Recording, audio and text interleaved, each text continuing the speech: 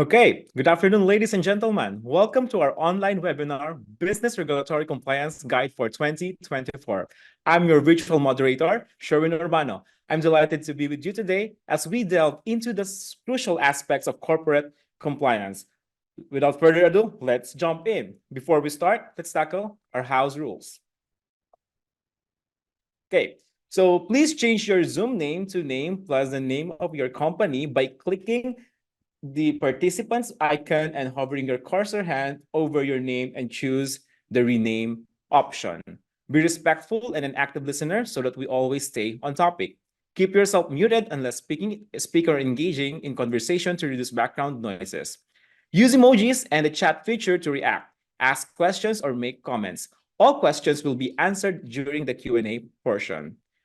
InCorp Philippines is a comprehensive full-suite portfolio. We help our clients with their incorporation, secretarial compliance, product registration, bookkeeping and payroll, taxation, immigration concerns, Asian recruitment, risk assurance, and corporate recovery.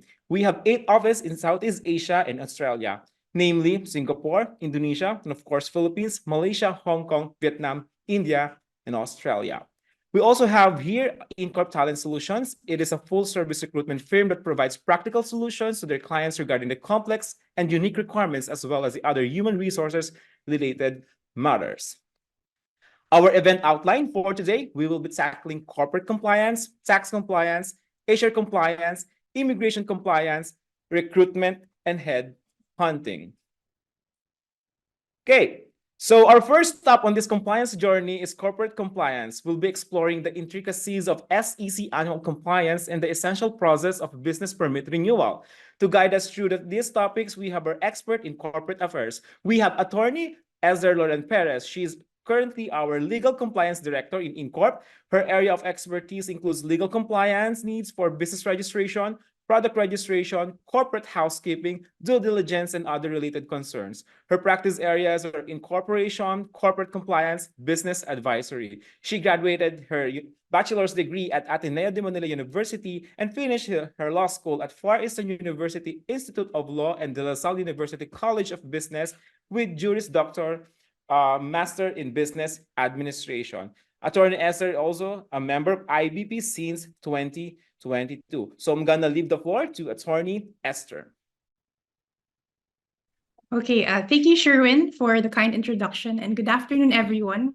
Thank you for making time for us today. Let me begin with the SEC and LGU compliance requirements.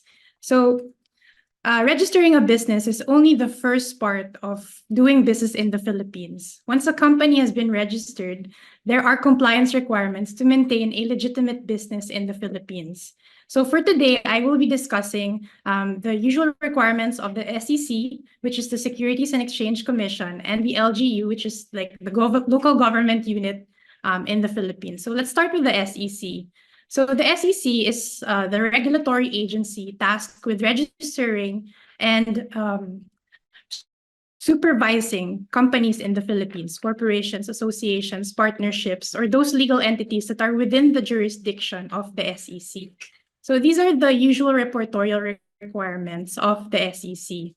The first is under Memorandum Circular 28 of the SEC, which is basically the email address and cell phone number of the company in the Philippines. So you have to provide both an official email and alternate email, as well as an official mobile number, as well as an alternate mobile number for your company in the Philippines. This is declared to the SEC during the preparation of the registration documents or after the issuance of the certificate of incorporation, usually within 30 days thereafter. There's also the requirement for the general information sheet. This is like the business profile of the company, which would contain all the pertinent information about your company in the Philippines. So it would contain the address of your company, along with the email address, the cell phone number, who the stockholders are if it's a stock corporation, who are the directors if it's a stock corporation also, and things like that. So this is usually filed within 30 days from the date of the annual stockholders or members meeting. So the annual meeting is found in your bylaws, the bylaws of the corporation. Another usual requirement is the financial statements. So this is usually must be filed within 120 days from the date of the fiscal year end of the company. So, for example, the company follows the calendar year of January to December. So fiscal year is any 12-month period. If it follows the calendar year of January to December, and its year end ends at December 31st, you'll have until April 30 to file the stamped financial statement. It has to be filed and stamped first by the BIR before it's submitted to the SEC. And not all financial statements are required to be audited. You'll only be required the audited financial statements if the total assets or total liabilities of the corporation are at least 600,000 pesos. So if it's at least 600,000 pesos and above, you'd need to file audited financial statements. Another thing is the stock and transfer book for stock corporations. These are for-profit organizations. It must be stamped within 30 days from the issuance of the certificate of incorporation. So usually if we're engaged for business registration, our business registration team will get the stock and transfer book right after the COI or the certificate of incorporation is issued by the SEC. So that's it for SEC compliance requirements. We move to business permit renewals. This is quite timely because as some of you may know, the deadline for renewing your business permit in the Philippines with the LGU or the local government unit is on or before January 20th of every year. So that's a few days from now. Some LGUs or local government units would extend the deadline, but as a general rule, the deadline is really January 20 of every year. So when I say LGU, this means local government unit, or basically the city or municipality where the company is registered. So for example, the city of Taguig, the city of Makati.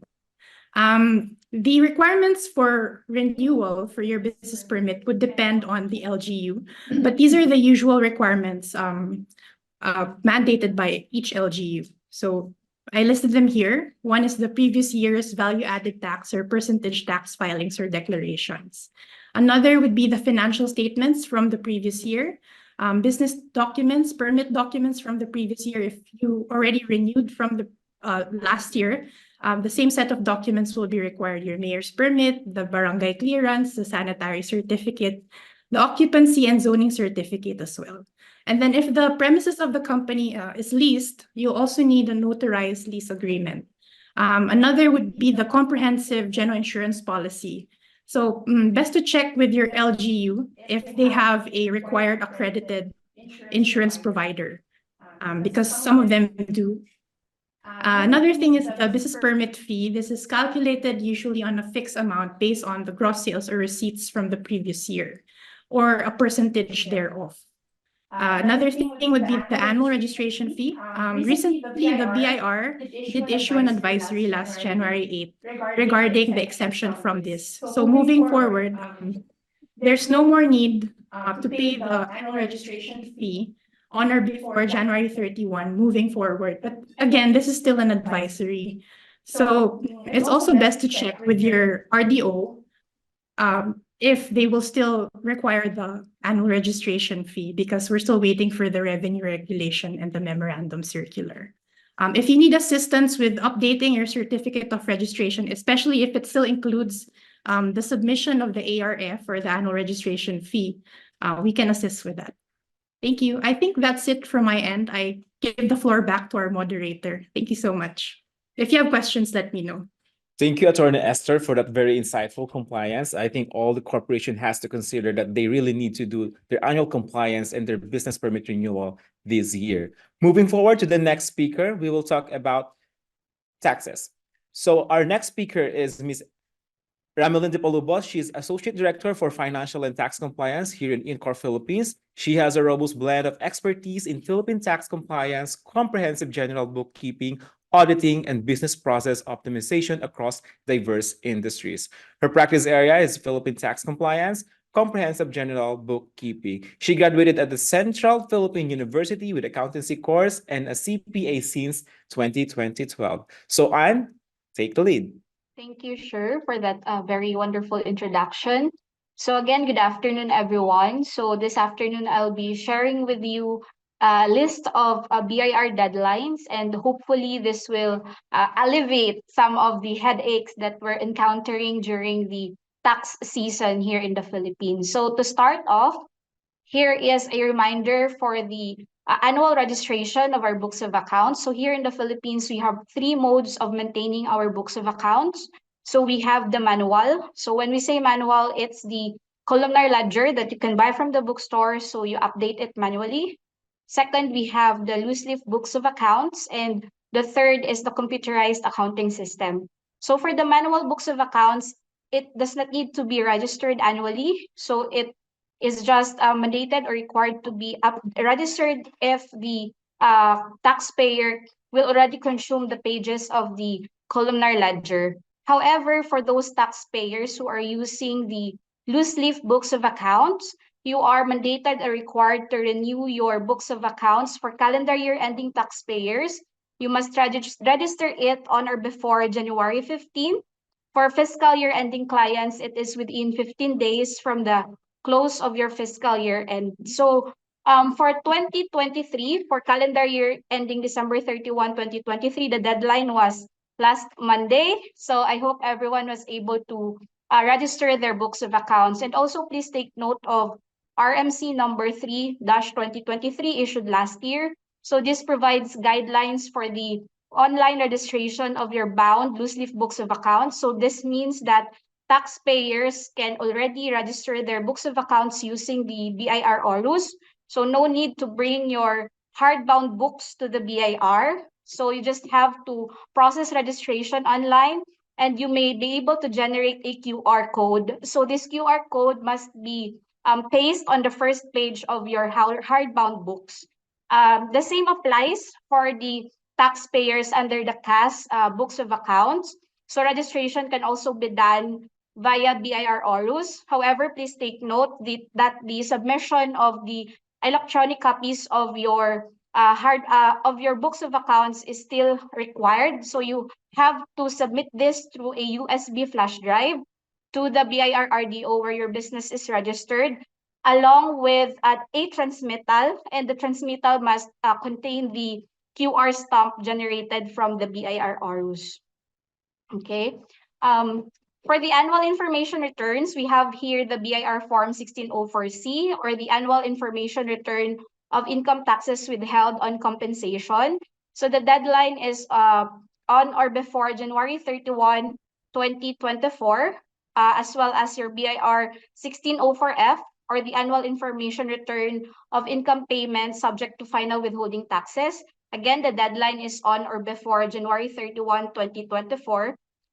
Please take note that for EFPS filers, so through RMC number 62-2023, announced the availability of BIR 1604C, F, E, and 0620. So this means that for calendar year start ending December 31, 2023, filing of the 1604C and F must already be done through the EFPS through using the new form. So for the EBIR form users, this new form was already available way back 2021. However, for the EFPS, it's just recently. So please take note of that.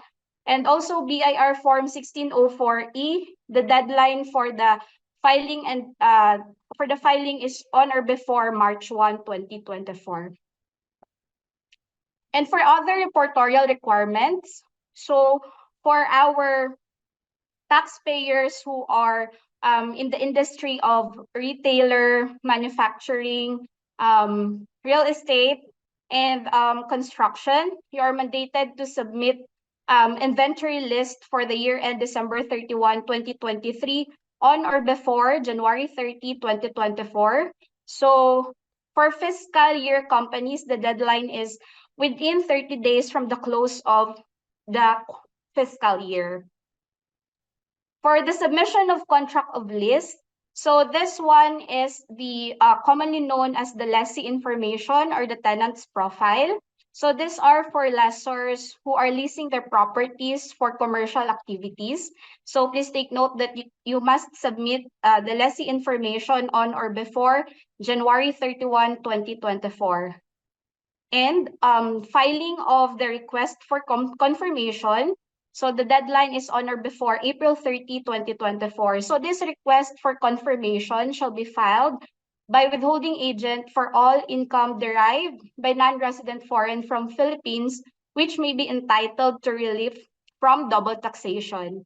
So the deadline is on or before April 30, 2024. So for taxpayers who are ending in fiscal year, the deadline is on or before the last day of the fourth month following the close of the taxable year, when the income is paid or becomes payable, whichever comes first. And again, additional sworn declaration. So this one is applicable for corporations or individuals with income recipients who are being withheld at lower rates. So if you are withholding your suppliers at a lower rate, please take note that the submission of notarized sworn declaration is due to be collected last January 15 if they are your recurring suppliers. However, if they are new suppliers, submission of this sworn declaration of gross receipts or sales must be made at least prior to the initial payment. And then this gross receipts, together with the supplier certificate of registration, must be submitted by the withholding agents to the BIR on or before January 31, 2024, or if they are new income recipients, 15 days following the month when the pay's sworn declaration has been submitted. So please take note that if you are withholding your suppliers using the lower rates and you were not able to submit the sworn declarations, there would be possible cases when the BIR or it's highly likely that you are withholding at the wrong rates if without this sworn declaration. So you must use the higher rate if these sworn declarations are not available. Okay. So now we come to the most awaited part, I think, for everyone, because this reiterates the deadlines for the annual income tax return. So for the filing of the BIR Form 1702RT, the mixed income tax return and the exempt for the calendar year ending December 31, 2023 is due on or before April 15, 2024. So for fiscal companies, the deadline is on the 15th day of the fourth month following the close of the fiscal year.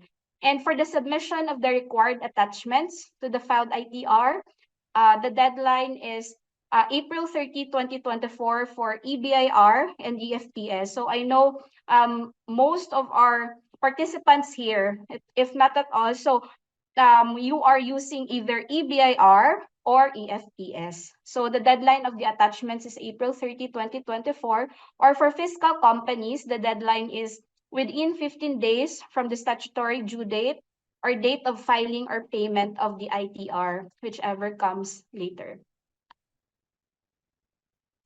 And now for the income tax forms to be used. So again, for EBIR form users, so please take note that there is a new version of the EBIR form package. We have the version 7.9.4.2. So that's the latest version of our EBIR form. So don't forget to update your EBIR form packages.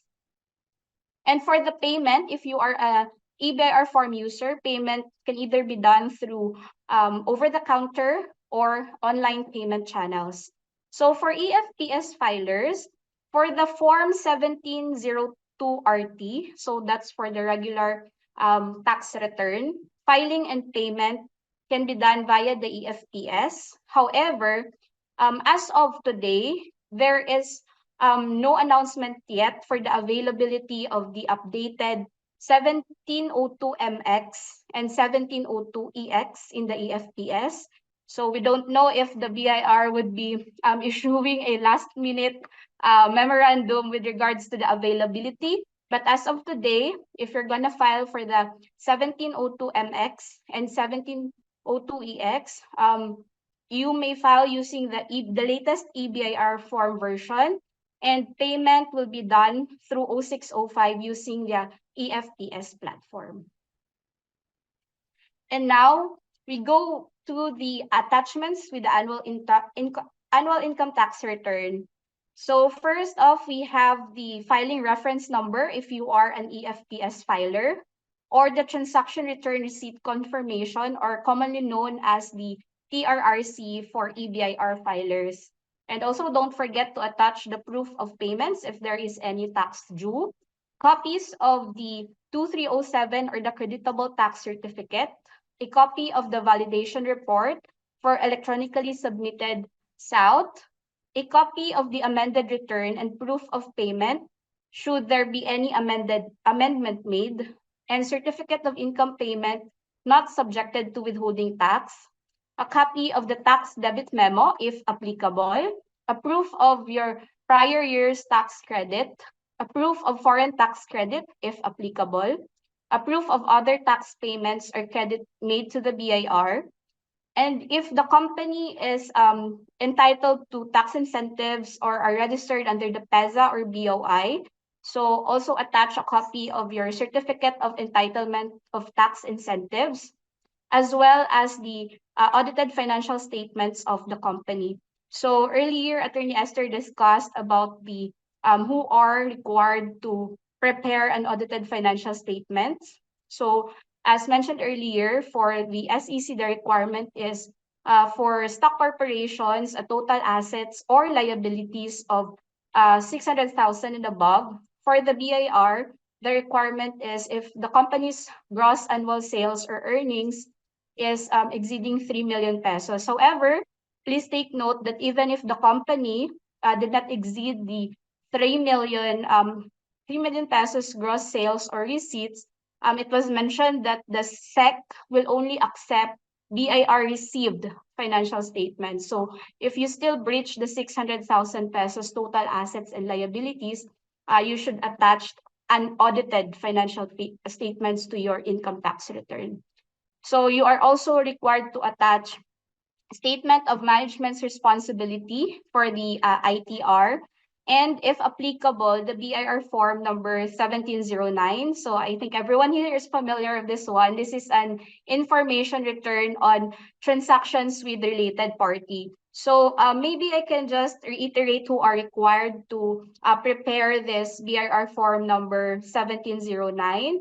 So you are required to prepare this if first, you are required to file an annual income tax return, and the company is either a large taxpayer, if the company is enjoying tax incentives, so that means you're registered with the BOI or PEZA, or the company is reporting net operating losses for the current taxable year and for immediately preceding 2 consecutive years, or the company has related party which has transactions with either of the first statements I have mentioned. So those are the corporations which should be required to prepare the 1709. So lastly, for some important reminders, please note that for regular domestic corporations, the applicable corporate income tax rate is at 20 or 25%, depends on the total assets and net taxable income for the year. For resident foreign corporation, the corporate income tax rate is fixed at 25%. And also this one, effective July 1, 2023, the minimum corporate income tax rate is backed at 2%. Okay. And submission, as mentioned, the submission of 1709 and the preparation of transfer pricing documentation. So I think that's it. But I believe everyone here is pretty curious of the EOPT, or the ease of paying taxes law. But please stay tuned because we will be rolling out invites for a webinar, or if it would be a live or face-to-face seminar that we would be holding here in our office. So thank you everyone for listening.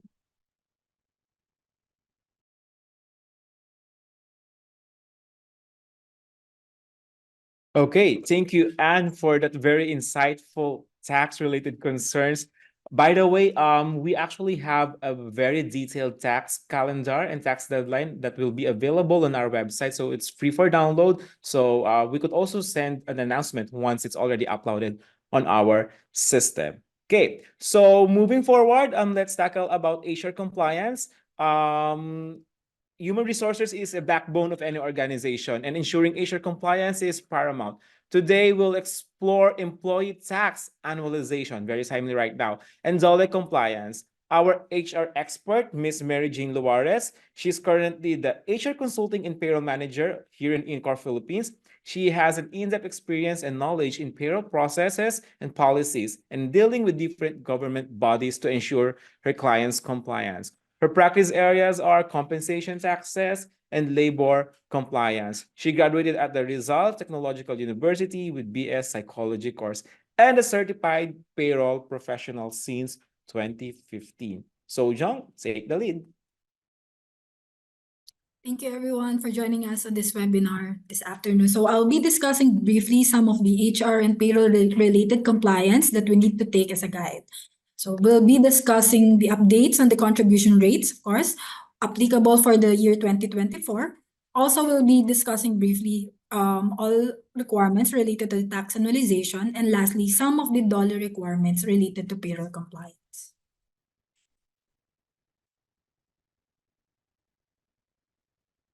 All right, so for PhilHealth, so one of the most recent updates is the changes or the increase in contribution rates for PhilHealth.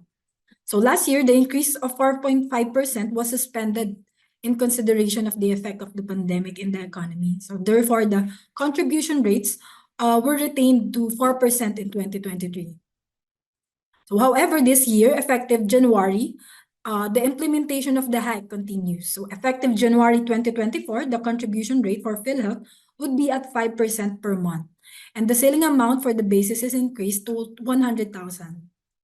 So as the employer, it is imperative to always be updated on such increases since, number one, it will have a huge impact with the budget since the 5% contribution is equally shared by the employee and the employer.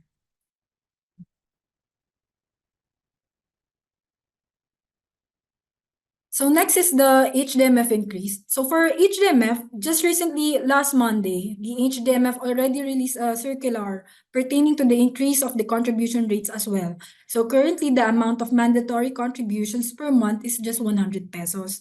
This is based on the 2% of the maximum fund salary, which is 5,000. However, effective next month, February, the maximum fund salary is increased to 10,000 pesos, but still with a contribution rate of 2%. So therefore, the mandatory contribution amount would be 200 pesos per month, which is 2% of 10,000. All right, so now another timely topic is the tax annualization, which is a requirement by the Bureau of Internal Revenue. I believe we have several participants here who are accountant or HR and payroll practitioners. So I hope this discussion, although very brief, will be beneficial for you. All right, so there are many factors why the need to annualize. And number one, of course, is to comply with the BIR. And one of the most pain points or challenge during this process and season is the handling of the employee concerns, correct? So once they receive their payslip and saw the tax payable, the huge amount of tax payable, usually they would come to us, to the HR processor, and ask for the detailed explanation of how it was computed. So one of the basic majority of the factor is the changing of the contribution rates per month. So as you know, every month, our contribution or our tax rates are based on the taxable income within the specific payroll period. So this is an example of a payroll computation on a monthly basis. So for this example, the employee receives just the recurring salary of 50,000 basic salary. And of course, the basic deductions of SSS Billet and Pag-ibig, which is 2,450. So based on this computation, the taxable gross of the employee is around 47,550. And the tax rate based on this taxable gross is at 20%. However, on this example, for example, the employee received variable compensation on top of his basic salary. So on this example, the employee received an additional overtime pay and a commission.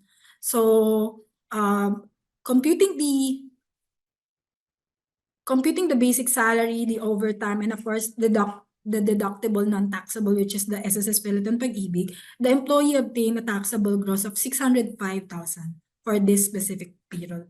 And that's why his tax rate increased to 30%. Now, come the tax annualization, just for this example, if the employee only obtain the recurring salary for 11 months and only got the overtime and commission just one time, so the employee would be able to obtain a taxable gross of 1,128,100. For this example, with the taxable gross of 1,128,100, the tax rate would fall under the 25,000 tax rate. So there is, since the tax rate every month in the past months with the recurring compensation, the tax rate of 20% is deficient by 5%. So basically, this 5% will be accumulated at the end of the year, which costs the tax payable. So that's one of the reasons why they need to adjust and proceed with the tax finalization and process. And this is one of the reasons why the employee received tax payable or huge amount of tax due at the end of the year. And this example would be able to, you can actually use this example just in case the employee would require some explanation with regards to their tax. So of course, once we identify the tax due for the specific year or for the specific year, we are required to also file specific tax forms to the BIR. So one of this has been mentioned by Ms. Anne earlier. So the BIR Form 1601C. The BIR Form 1601C for December is due on January 15. So hopefully everyone were able to submit this on time because the 1601C or the taxes and compensation entails a very huge penalty just in case we have been late on payment of this tax return. Of course, aside from the BIR Form 1601C, another tax form related to the annualization is the BIR Form 1604C via EBIR or via EFPS. So the deadline for this is January 31. So we still have time. So this is just an annual information return and compensation. So it means this is just a summary of the amounts that we pay every month, the details that's stipulated in the BIR Form 1601C. Another tax requirement that's due on the last day of January is the alpha list attachment, which is the DAT file. So the DAT file contains the summary of each individual tax information of the employee, and that's going to be submitted via email through esubmission@bir.gov.ph. So once you submit this, you will receive a confirmation email by the BIR, and that's going to be an attachment once we submit the BIR Form 2316. For the submission of the 2316, that's the certificate of compensation payment or tax withheld per employee. So the BIR Form 2316 pertains to the summary of income tax and compensation of each individual employee. And that's going to be due every February 28th of each year. So the provision of the BIR Form 2316 to the employee is due every January 31 for them to still, to still check, for them to verify, and if ever there would be disputes, we will be able to capture it, and for us to make sure that the BIR Form 2316 that we file on or before the 28th is already accurate and final. The submission of the 2316 form could be done manually, which is the usual process over the counter of the Revenue District Office. It can be filed manually through the DVDR if you have several employees, or actually it can be done online via EAFS. So there's already a portion in the EAFS where we can actually download or upload this BIR Form 2316. So this this mode of submission that the BIR provides will be able to for us to make sure that we are every employer is compliant with this annual requirement. So aside from the BIR, of course, the Department of Labor also has specific requirements every year end. So one of this is the submission of the 13th month reporting via DOLE establishment report system. So this is just online. So the Department of Labor would have access, or they will be able to chase already if the company is compliant in the provision or the payment of the correct 13th month for each employees. So this is actually due last January 15. So hopefully everyone were able to submit, but of course it's still the system is still live, so they are still accepting reports just in case. And lastly, the annual establishment report on wages. So this stipulates the labor components of the company, specifically the names, the demographics, and of course the wages of each employee. So the annual establishment report is usually due every May 31 of each year. So currently, the system is down for the annual wage report under the NWPC, but I believe this report will be migrated under the ERS of the DOLE, since the DOLE establishment, the system for DOLE is already updated. So I believe they will be issuing another memorandum related to this annual requirement. So there. That would end my presentation. Thank you. Thanks, Mary Jane. I wonder how busy our HR right now, particularly for compilation and doing the tax annualization for your employees. Moving to the second last reporter, we will talk about the immigration requirements in case your organization has some sort of expatriates working here in the Philippines. Our speaker is Analyn Cauinian. She's the Immigration Services Director here in InCorp Philippines. She specializes in assisting clients with her visa application and immigration-related engagements with the Bureau of Immigration and Department of Labor and Employment. She's been doing the application for visas for 12 years already. Her practice areas are immigration and visa services. She completed her bachelor's degree at the JRU, Jose Rizal University, with a course of commercial science, major in accounting. So Analyn, take the lead. Thanks for the introduction, Sherwin. Hi, everyone. Good afternoon. Thank you for attending today's webinar. So I'll be discussing the annual reportorial requirement of the Bureau of Immigration applicable to foreign nationals with immigrant and non-immigrant visas in the Philippines. Also, I will provide updates on the recent developments from the Department of Labor and Employment and the Bureau of Immigration concerning the processing of work permits and visas for foreign nationals. So let me start with the annual report. First, I would like to explain what the annual report means. So the annual report is a mandatory report that all registered aliens are required to complete on a yearly basis. So with the deadline set between January 2, 2024 and March 1, 2024, or first 60 days of the calendar year. So this reporting obligation mandated by the Bureau of Immigration aims to monitor and document the present status and activities of foreign nationals residing in the country. So who can apply or who are subject to annual report? As per the Bureau of Immigration, compliance is mandatory for foreign individuals who are registered aliens and hold a valid ACRI card, except for those with a temporary visitor's visa or tourist visas. So what are the requirements or what items are necessary for the annual report? So in accordance with the current guidelines outlined by the Bureau of Immigration, first, the applicant needs to secure a reference number that can be acquired through the online filing system of the Bureau of Immigration. So the link is presented on the slide for your reference. So the next requirement is the original passport. So the foreign national must present the original passport, likely for verification and to ensure alignment with the records held by the Bureau of Immigration.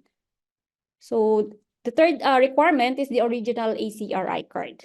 So the ACRI card stands for Alien Certificate of Registration Identification Card. It is a specific identification card issued to a foreign nationals. So the ACRI card serves as an official means of identifying and recognizing the immigration status of the foreign nationals. And then the fourth requirement is the copy of the annual report receipts. So this is the annual report receipts issued in the past year or early years, providing confirmation that the annual report was submitted and processed in preceding years. Then the last requirement for the annual report is the personal appearance. So this means that the foreign individuals must physically present themselves at the Office of the Bureau of Immigration during the personal appearance. The immigration authorities or officials may use various means such as photographs, fingerprints, or other biometrics data to capture and update the individual's information in the system. So this is crucial for the immigration for maintaining accurate and up-to-date records of the person's details, including their current status, activities, and any changes in circumstances that may be relevant to immigration or other regulatory matters. So the next slide, who is exempt from personal appearance? So following the annual report guidelines of the Bureau of Immigration for the year 2023, which are also valid for the current year, the following foreign individuals are exempt from personal appearance. So first is the those below 14 years of age and those aged 60 years and above, individuals who are mentally or physically incapacitated, given that the PWD ID is presented. And then the last is the pregnant woman, sick or ill foreign individuals on the condition that they present a medical certificate. They're attending where they are receiving treatment. So where to apply or where to submit or process the annual report? So you can process the annual report at the closest BI office, making sure that the BI satellite office you choose is included among the authorized BI offices for processing the annual report. So the BI offices authorized to handle the annual report are depicted in the slide. Okay. So how to apply or what is the process? So step 1, initiate the application process by registering online. This step is crucial to obtain a unique reference number that will be used throughout the application. So step 2, visit the BI office of your choice, ensuring that it is participating office designated for the application process. Step 3, upon reaching the BI office, submit the required document as outlined for the application. After the verification of documents, obtain a payment order slip. Step 4, proceed to make the necessary payments as indicated in the payment order slip. Then this step actually typically involves settling the fees associated with the application process. So step 5, after completing the payment, obtain an official receipt. This receipt serves as confirmation that the required fees have been successfully paid and the annual report for the current year has been successfully processed. So please make sure to keep the annual report receipt as it will be needed again by the Bureau of Immigration authorities during the next year's annual report. Okay, so what is the cost associated with the annual report? So the annual report fee is 300 pesos. The legal research fee is 10 pesos, making the total amount of 310 pesos. A non-appearance fee of 500 will be charged for foreign individuals who are exempt from personal appearance. So failure to comply with the reporting requirement can lead to serious consequences, including fines and imprisonment, as determined by the Bureau of Immigration Commissioner's discretion and supported by specific legal provisions, referring to the Public Act established the legal rules for imposing these penalties. So this concludes my discussion on the annual report. So the next topic will cover the recent updates from the Department of Labor and Employment and Bureau of Immigration regarding the processing of work permits and visas for foreign nationals, as well as the updated procedures. So let's commence with the Bureau of Immigration updates. So since the World Health Organization said that the pandemic is not a big global health emergency anymore, and President Marcos lifted the public health emergency in the Philippines because of the COVID-19, the Bureau of Immigration is now doing face-to-face interviews for expats applying for spousal visas. So this started on November 10, 2023. So the rules for this change are in memorandum orders And it's really important for the applicant and petitioner to follow these rules. The in-person interviews necessitate the presence of both the foreign applicant and the Filipino spouse. And this session will take place at the Bureau of Immigration Office where the application is submitted. The scheduling details for these interviews will be provided by the Bureau of Immigration subsequent to the official filing of the application.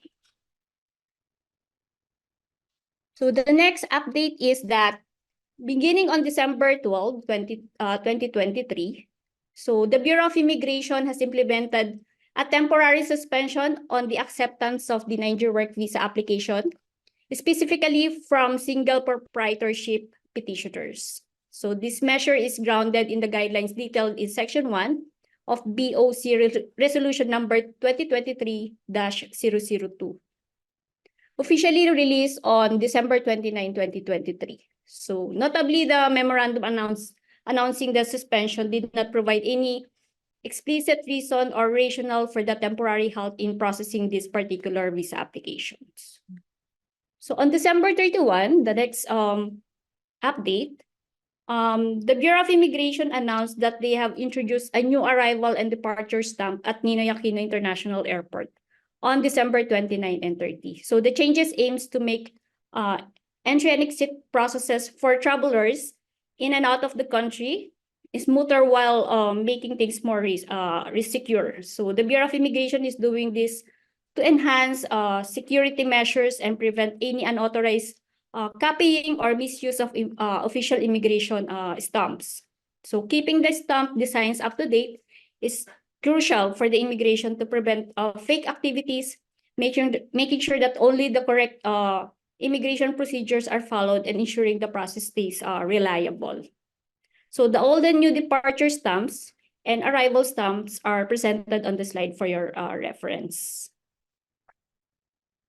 So the fourth update is that just like the spousal visa process, now that the public health emergency across the country is over, the Bureau of Immigration began conducting in-person interviews on January 3, 2024 for expats aiming to become the Filipino citizens. So this decision aligns with the guidance provided by the Bureau of Immigration on the same date.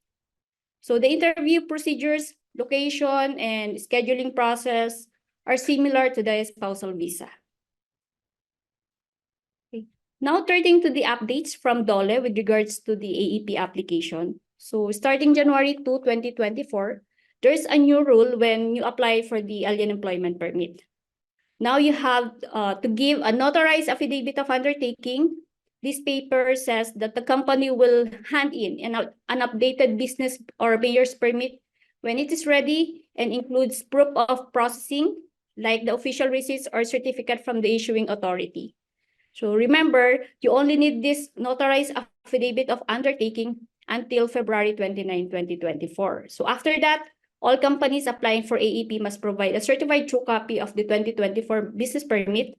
But if your company is new, you don't need the notarized affidavit. Instead, you have to give a certified true copy of the 2024 mayor's permit. So that concludes my presentation slide. Thank you. Okay, thank you, Analyn. Please make sure that all your expatriates working here in the Philippines should comply with the requirement of the Bureau of Immigration and Department of Labor and Employment. Going to the last speakers, we've known that every year there's a demand for filling up empty positions because a lot of employees are actually resigning at the year end. So to help you to guide with the recent update on the recruitment practices, we have Lea Galera from InCorp Talent Solutions. She's the Recruitment and Executive Search Director in InCorp Talent Solutions, and she's responsible for handling the day-to-day operations of the Recruitment and Executive Search Division. She has an experience of in more than 15 years when it comes to talent acquisition and recruitment. Her practice areas is TA, Business Development, and Client Management. She graduated at De La Salle University in Manila with BA in Organizational Communication. Now, Lea, take the lead. Hi, good afternoon, guys. So I'm the last speaker, so I hope we're all still up and very energetic. So thank you so Sharon for the introduction. So as he mentioned, there's a lot of resignations happening. I hope you guys are not feeling those pressures yet, but I would just like to give you some quick updates on the different recruitment trends that we are facing for this year of 2024. So we'll briefly discuss the 6 main points, and later on I'll also show you like a snapshot of common salaries and also challenges that you might be facing. So one recruitment trend that we've been seeing since the start of the pandemic has been the flexibility of work arrangement. So a lot of companies are actually going back to the office. We're already embracing, seeing other people and actually meeting all of our, colleagues. And after the pandemic, majority of the companies have actually opted to go back to the office, really to promote efficiency, promote collaboration, productivity, and to also maintain that company culture that we've built for such a long time. So most employees, however, are still requesting for a little bit of flexibility from management. We do know how traffic and travel issues have been very problematic for most of our employees. So at least employers should still be open to that option. Employers are also recommended to still be able to keep their doors open to looking at probably like a hybrid work arrangement just to keep our employees happy. So one thing we're trying to avoid is to actually let go of our really good performers in the company. Another recruitment trend we've been seeing is a lot of automation. So we need to embrace artificial intelligence, basically. This actually helps us eliminate a lot of the repetitive tasks and administrative tasks and really just focus on the output. So companies can also create their own to probably purchase something that's available online. And actually, these platforms can really help you ease the management of your applicants in your pipeline. So that's one thing. As well, a lot of the employee records that you need to keep, as long as you're also following the data privacy rulings of the government, this can also actually help you make a lot of data-driven decisions for recruitment, and not just for that, but also for employee retention. One thing we're also seeing a lot of, or has been trending a lot, has been in terms of diversity and inclusion. So it actually strengthens your company's reputation and your brand if you can also offer equal opportunities to your employees. It also results in a higher level of production or productivity, a higher level of innovation, and a higher level of performance from your employees as well. So it can also help you in terms of employee retention, and it actually gives you a wider access of talent in terms of the pool, geographics, and whatnot. One thing that I think we need to highlight as well is the branding. This pertains to your online and your offline presence. So we all know everybody's on their phones. We all know everybody's on social media, whether it's in Facebook or TikTok or LinkedIn. And a lot of people would actually check your company to see if you're a quote unquote employer of choice. So with the heavy use of social media, employers must be very, very aware of how the company is being presented to the general public. So this can also pertain to your employee and applicant experience, since a lot of applicants would initially check the company's profile online before actually submitting the apply now button. So that's gonna be one of the main driving forces in terms of building a good reputation online if you can actually provide a good employee or applicant experience. The next thing is we also have to welcome the new generation. So almost all boomers are out of the scene, and we're actually welcoming a lot of I think millennials or Gen Z, or I think it's millennials, yeah. Millennial candidates already. So a lot of them are entering the workforce. And one major thing that they're looking for in a company is speed. Another thing is flexibility. So those two things you need to keep an eye out for. So consider using either virtual interviews or using automation systems, probably mobile optimized application processes, which can actually help you fast track the recruitment process. And as well, that can also do a lot of positive things in terms of candidate engagement, which is actually very crucial, especially if you're targeting very niche profiles. And lastly, it's in terms of payroll and salary flexibility and transparency. We're all experiencing and we're all feeling the inflation right now. So we also have to be very vigilant in terms of how that can affect our employees. I think a lot of the employees right now are either resigning because they're looking for higher compensation, but if there's something the company can do to ease up that trouble for their employees, that's something that you can discuss in the management side. So consider doing salary benchmarking. Actually, we do offer salary benchmarking services as well. It's a tie-up service between us and ITS and also in HR and consultancy. We can actually help you determine if you're still if you're still providing the right salary ranges and also benefit packages, and if you're also still being competitive in the market. So next slide, please.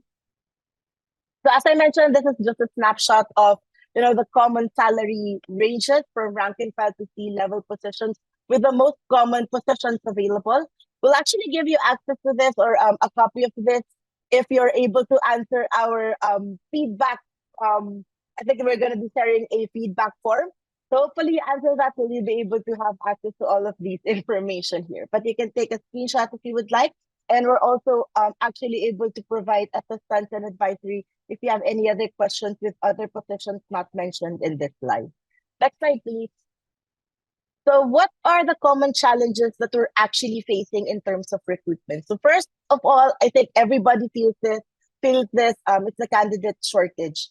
So again, as I mentioned, it's very, very important to invest in your employer's branding or your company's branding. So it can actually help show your potential candidates that you're their employer of choice, or probably like our badge here, it says we are a great place to work. So that's one thing that you can do in terms of employer branding.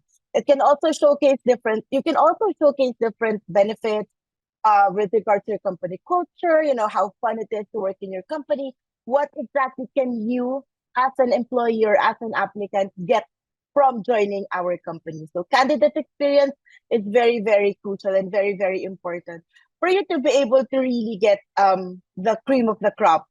And then also, this can also be like a make or break for combating your candidate shortage, as well as being flexible. Again, as I mentioned, being flexible with your requirements. And also, it's actually kind of difficult if your budget is for a rank and file person, but your requirements are for a unicorn. So again, you have to be very flexible, probably provide really good attractive benefits and perks. What can the employee get from joining your company?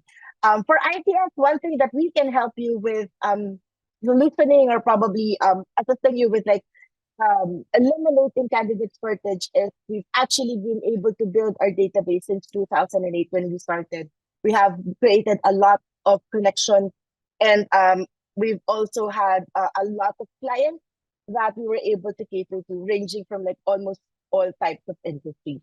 Next challenge is targeting the passive candidates. You can't really rely on like just the job portals, since you'll be getting like hundreds and thousands of applications, but none of them would actually fit what you're looking for. So again, one thing that you can do is to actually revise your recruitment program and your activities. So again, for you to be able to be noticed, you need to also create a good employer brand, as well as creating different connections. So you can revise the current programs, probably explore third-party vendors that can actually help you with creating a good database and access to actually passive candidates. You can also create connections, whether it's in social media or through different referral programs. Keep those applicants, whether you need them now or for later, keep them engaged. So you can also create, rapport, even if it's online. Create your company profile online, which can actually be accessible both by the active and passive candidates. So I think a lot of companies don't really practice targeting passive candidates, but this is actually where you can find the really good profile. The next is the time to hire. One of the challenges here is because of the availability of all the interviewers to actually sit down and provide feedback and to create job descriptions, as well as scheduling the interviews. So you actually need to establish a good structure in terms of your hiring process. Again, as I mentioned in the first slide, speed or being able to actually provide feedback as soon as possible. That's one thing that the new generation is looking for. So you get your hiring managers, you get them to commit to the different interviews. You build your talent pipeline ahead of time, improve your career pages, offer a better candidate experience. This can also tie up with your branding as well. And again, automation can really help you at this time, since it also eliminates or minimizes the very repetitive and very administrative task of doing recruitment. So keep everybody involved in the process, which also includes your candidates. Keep them informed, keep them engaged. And again, for ITS, we do a lot of close coordination with our candidates and our clients. We are great when it comes to building rapport. So I think that's something that we can offer you. The next thing is when it comes to niche and high level roles. So a lot of people think that finding niche roles is very difficult. But one thing you just need to take note of is how to be visible. Again, it goes back to your employer's brand or your company's brand. So you need to tap into other geographies. You can join different industry or networking events.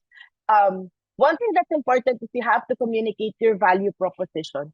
What exactly will they get out of joining your company, or what exactly will they benefit from taking on the position? So you need to be able to be very transparent in sharing that. You can also provide probably like a good roadmap, show them a good roadmap of where this position will be heading. You also need to let go of a lot of limitations so that it can open up your doors for untapped talent pools. So limitations in terms of, let's say, age, ethnicity, which technically should not be an issue ethically. Also when it comes to salary and location. So again, salary, since this is going to be based on your budget, probably you can do salary benchmarking to see if you're still in line with what the market is offering. Also, you need to identify very strong selling points that will resonate to your target group. You need to identify which your target group is. They need to understand what's in it for them. Again, I will have to reiterate that they need to understand what's in it for them, not just what's in it for you. Employer branding, as I mentioned, is very crucial because you need to be able to act quick. People are very busy, especially in these types of roles. So they're going to be in very high demand. So you don't want to miss that opportunity. For ITS, we've actually been doing a lot of headhunting, networking. We have been specializing in hiring managerial positions and above. So I think we'll definitely be able to help you, especially for those critical roles. And lastly, for IT and technical positions, a lot of companies have been hiring these IT and technical roles during the pandemic, but as of the moment, there's been a lot of changes. But still, it's been a very difficult position to hire.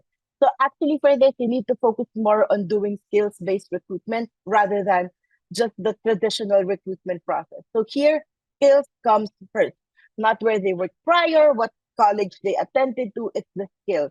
You have to create probably like different skill tests or exams that can narrow down the person that you're looking for. Probably be flexible as well with the work arrangement, since majority of candidates in the IT field would be asking for more remote work. If the company is actually unable to adjust to those demands, probably compensate it with other benefits or showcase again what your company culture and what other things you can offer them. But again, you still have to keep your ears open and also your options open. So for ITS, we've actually established a vast database of IT and technical positions. We do conduct a lot of technical interviews, and we do focus on passive candidates. Actually, in the past couple of years, IT has been one of our really strong points in terms of doing recruitment and executive search. So I think that's the last part of my slide. If you have any questions, feel free to type them in the chat box. And hopefully we do hear from you if you have like any questions or if you would like to inquire about our services. Thank you.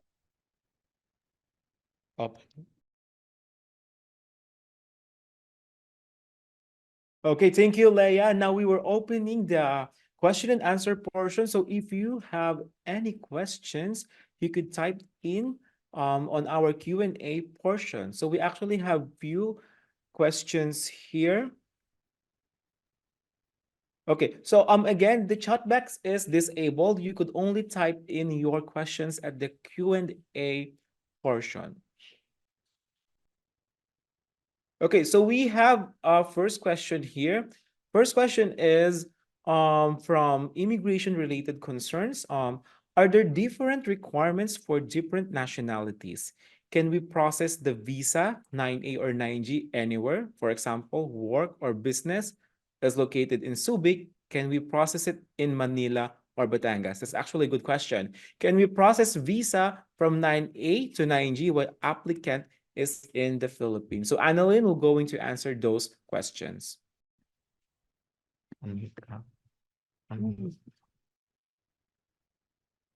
Thanks, Sherwin. So for the first question, the requirements for restricted national and non-restricted nationals is the same.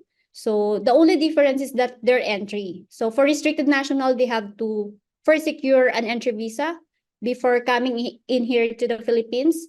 While for the visa required national, they can avail the visa-free privilege. So upon arrival, they can or the immigration will give them a 30 days valid tourist visa, and it can be extended as needed. So, but for the processing of the Niger work visa application, the process requirements are the same. Okay. For the second question, can we process the visa 9A or 9G anywhere? For the extension of the tourist visa, you can process it anywhere in any immigration office. For the 9G visa, you can only process it in the immigration office designated for your company's location. So for example, the company is located in Makati. So the filing of the application should be in BI Las Piñas. So there is a designated BI office for your company's location. So there. The third question, can we process visa from 9A to 9G while applicant is in the Philippines? Actually, we strongly suggest the applicant to be in the Philippines until we finish the application, because if they leave the country, there is additional cost and there is an additional timeline. So it is best if they can stay in the Philippines until we complete the process. So I think, yeah. I hope I can answer your questions. Okay. Thank you, Analyn, for answering this question. We actually have questions sent anonymously. For Attorney Esther, they asked if they could, what will happen if they fail to renew their business permit on January 20? Okay. Thank you, Sherwin, for the question. Can you hear me? Okay, so failure to renew before the deadline is okay. So you can still renew after the due deadline, but there will be penalties, fees, of course. So there's a penalty fee of 25% surcharge of the renewal fee plus 2% every month of delay. So we try as much as possible to meet the deadline, but of course you can still renew after the deadline. They're just penalty fees. And then for the LGU also has the power to seize the operations of the business if there is continuous non-registration or renewal of the business permit. So, thank you. Okay. Thank you, Attorney Esther. We also have a follow-up question for immigration concerns again. Analyn, if the 9G visa application is denied, can we submit again?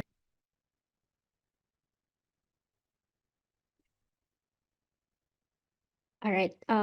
Yeah. If the decision of the immigration is denied, then you can actually submit or apply for a motion for reconsideration. So to reconsider the application to be approved, and usually the motion for reconsideration takes 2 to 3 months to process. It depends on how fast the immigration will process the motion for reconsideration. If the motion for reconsideration is denied, then you have to apply for a new application. So that would be the process of the immigration. Analyn, we have a follow-up question. What is the effect if we fail to report annually before the Bureau of Immigration?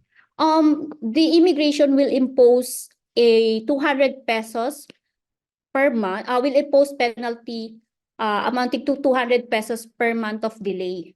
So that is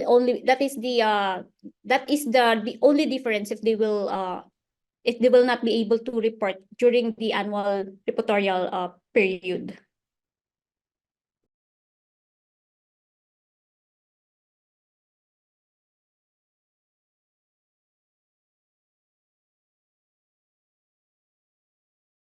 Okay.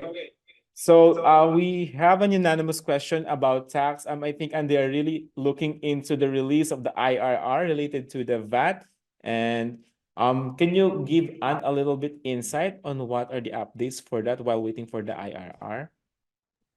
Yeah, so actually that's a very nice question. Definitely, I know everyone is waiting for the updates coming from the Ease of Paying Taxes Act, which was became effective last January 7, 2023, and the IRR will follow within 90 days uh, thereafter. So I think one of the most significant or salient features of this EOPT, so definitely effective January 22, 2024, the payment of the annual registration fee was already removed by the EOPT Act. So meaning there's no need to pay of the 500 pesos annual registration fee.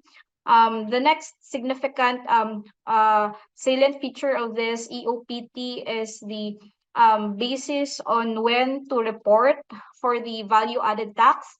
So for the accountants who are present here, we all know for a fact that there is a difference in reporting the VAT for those in the service industry as compared to those in the sale of goods or assets. So previously or prior to EOPT, the reporting of your VAT for sale of services upon collection, and the basis or the documentary basis of this sales is the official receipt. And while for the sale of goods, the reporting of VAT is upon the sale of the good. And the basis or the documentary basis is the sales invoice. So with the implementation of the EOPT, so there would only be a single document which would become the basis for the VAT, which would be the invoice. So now reporting of the VAT will be upon the billing or invoicing of the service. So that's some of the most important or salient features of the EOPT. Okay, so Leia, we actually have a unanimous question here. They're asking the estimated timeline of hiring C-level position. Do you have any experience on this kind of recruitment experience? Yes, actually, typically for C-level positions, it takes longer than the usual recruitment process. Average turnaround time would roughly be around like 30 to 45 days. But that also has to include the interviews being conducted by the clients themselves or the companies themselves. Usually, these C-level positions would also need an additional 60 days, at least 60 days notice. So you have to prepare it properly, like your timelines as to when exactly you need these people on board. So it will not affect a lot of your production or your operations. Okay, thank you, Leia, for that. Wonderful. So again, if you are hiring for a C-level, add more time. It's a little bit difficult to complete too. We also have a new question for Anne again. A foreign corporation sends a billing invoice for IT support to our company, domestic corporation, but she insert a non-resident foreign corporation follow through. Probably that will be for that one. What will be the subjected to the final withholding tax? Anne? Okay, so for this one, generally payment to foreign corporations, non-resident foreign corporations are subject to final withholding tax of 25% and final withholding VAT of 12%. However, depending on the contract executed, especially on where the services will be rendered, so there might be certain exceptions, or the company might be able to avail of the benefits of the tax treaty relief. So we do suggest or recommend if you can engage with a tax lawyer to further verify or check the agreement that you have with the foreign corporation. It would be very helpful. So again, generally, that invoice might be subject to the final withholding tax of 25%. Okay, thanks, Anne. By the way, we will give you the copy of this presentation. We will just send an event feedback. Then once we receive your feedback, we will send you the copy of this presentation. If you have any more question, just freely type it in. If we're able to not answer your question, or if you don't have your question yet, you could just send it to us and we will try to answer your questions related to the topics we tackled right now. I think we just have one last question for Miss Jane. Okay, so they said here, it's an anonymous question, that the filing for the ITR is very soon. Do the BIR going to change the package when I think the package, the system, right? I think that's what they're using for the 2023 income tax return computation, or do you have any ideas, Joe, if there are updates from BIR on that one? So I believe this is related to the BIR application for the BIR 2316 generation. So currently the BIR has not released yet the updated version of the BIR app. However, of course, since the deadline is coming on January 31 and February 28, we are actually waiting for the memorandum for extension. But for now, actually, there's an option to automate this requirement. So some of the companies, such as InCorp, has tools that can actually automate or create this that file and the BIR form 2316 without the although the BIR app is not yet updated. So you can actually force the BIR system and generate and get the BIR requirements, such as that file and the 2316, for us to make sure that we do not need to, encounter any bottleneck with regards to the deadline with the BIR, and for us to make sure that we are compliant with this requirement. A raise of hands from our participant. Okay, we have a question for Analyn. If visa type is SED 13A, do we need to do the annual report? Yes, because as per the immigration guidelines, if you are holding a immigrant visa, because 13As is falls on immigrant visa with a valid ACRI card, yes, you are required to report at the Bureau of Immigration every first 60 day of the calendar year. Okay, so I think that concludes our webinar for today. Thank you everyone for attending our webinar. So please follow our social media accounts on LinkedIn, Facebook, and Instagram so you will be aware of the next incoming event. Probably our pledge is, if it's an online event, it's going to be free for our clients and non-clients of InCorp. And if it's a live event, we will let you know of the very minimal fee for your snack. So we are trying to create more knowledgeable insights about compliance when it comes to corporate tax, and even updates on laws and regulations here in the Philippines. Again, thank you for attending and supporting this webinar. Thank you for our speakers and all the people behind the scenes working with this event. Thank you, everyone. Bye-bye.